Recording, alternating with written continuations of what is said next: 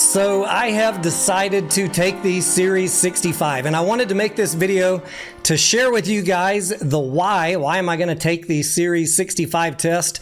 And also to provide some resources to any of you that might be watching today who might be thinking of taking the Series 65, including what test prep service I am using, what I recommend, and just generally, I guess, over the next couple of videos on this topic, I'm going to be documenting the studying and test taking journey here on the channel. So if you are new here, be sure and hit that subscribe and notification button. About a year ago, I took the FINRA SIE test, which is a basic FINRA competency exam taken by all the industry professionals. And my test prep for the SIE exam was about 1 week, maybe a little bit shorter than the typical person. And I did pass the SIE on my first try, thank goodness. The Series 65 is considerably more difficult than the SIE exam, so I do plan to allow myself more time to test prep for this upcoming exam. Before we get into the why am I taking it, I want to share with you a little bit on my background in case this is your first time here.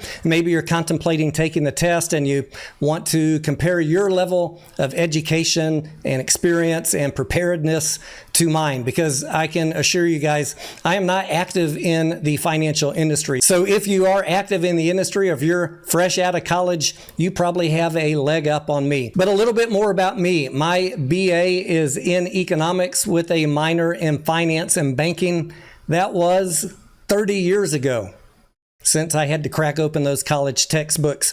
And although I did consider the financial world back then as I was going through college, I never have actually worked in the financial industry. Instead, somehow I ended up working in the tech field as an engineering manager. I worked at a Fortune 100 company for 15 years before I retired from that and decided to try my hand at being an entrepreneur. That decision to leave the corporate world and strike out on my own was 20 years ago or so, believe it or not. And although I've had my share of successes and failures as an entrepreneur, as many of you guys know, if you have ever walked down that path, it's a journey that I never would have traded, and I get a little bit better at it every single day. I have also, though, been a regular retail investor, just like many of you that are watching.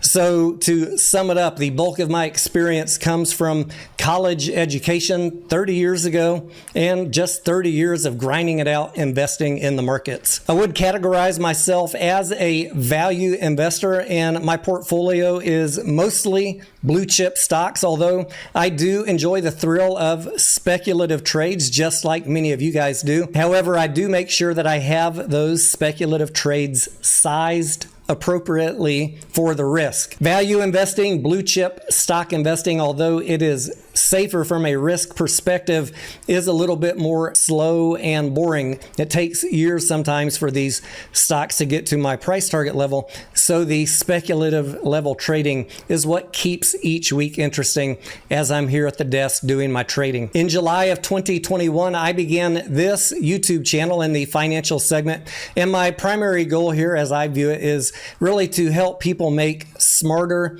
investing decisions, encourage them to build a portfolio of growing and profitable companies, and for those of you that like to speculate in non-profitable companies, to help you understand the importance of properly sizing your risk so that you don't lose more money than you can afford to lose, and to encourage you to read the financial statements before you ever hit the buy button on those speculative plays. Now, I have educational videos on my channel. I have value play stocks on my channel, and I have a lot of meme stock coverage on my channel.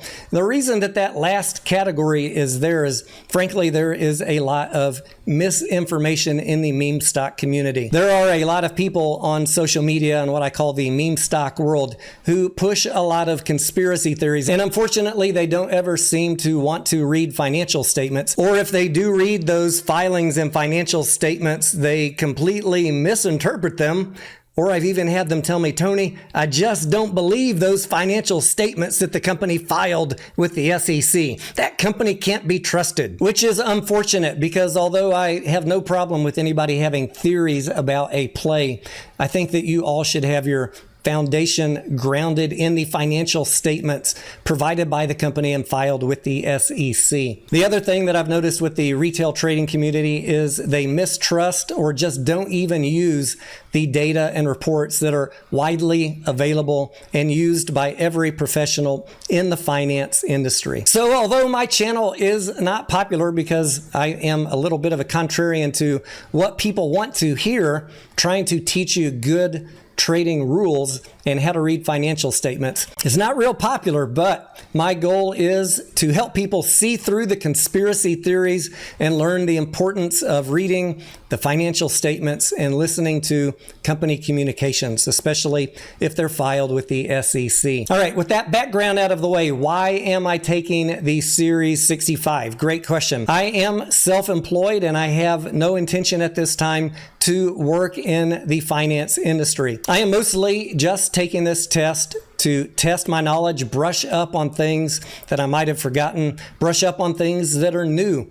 and add a little bit more credibility to the content that is provided to you guys every day here on the channel. I am studying for the CFA designation as well, the Chartered Financial Analyst, but that is a multi-year studying and test-taking process, so it's going to be a bit of a journey to get that done. The Series 65 I can get done in a matter of weeks. So I guess if I had to answer in a nutshell, why am I taking the Series 65?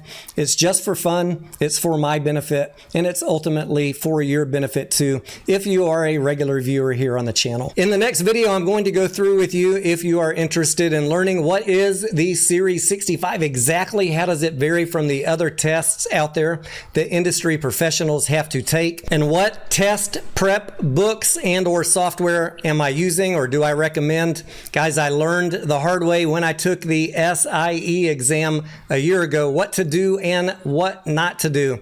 And Acheivable is my current favorite source for test prep on these FINRA exams. There is a link to it down in the video description. In the next video, we'll go through everything that is on this test, how Acheivable helps you prepare for it, what my study plan looks like, and why I like their practice exams so much over there at Acheivable. If you made it this far, guys, thank you for watching all the way through. I hope to see you on the next video. Drop me your comments or questions down below.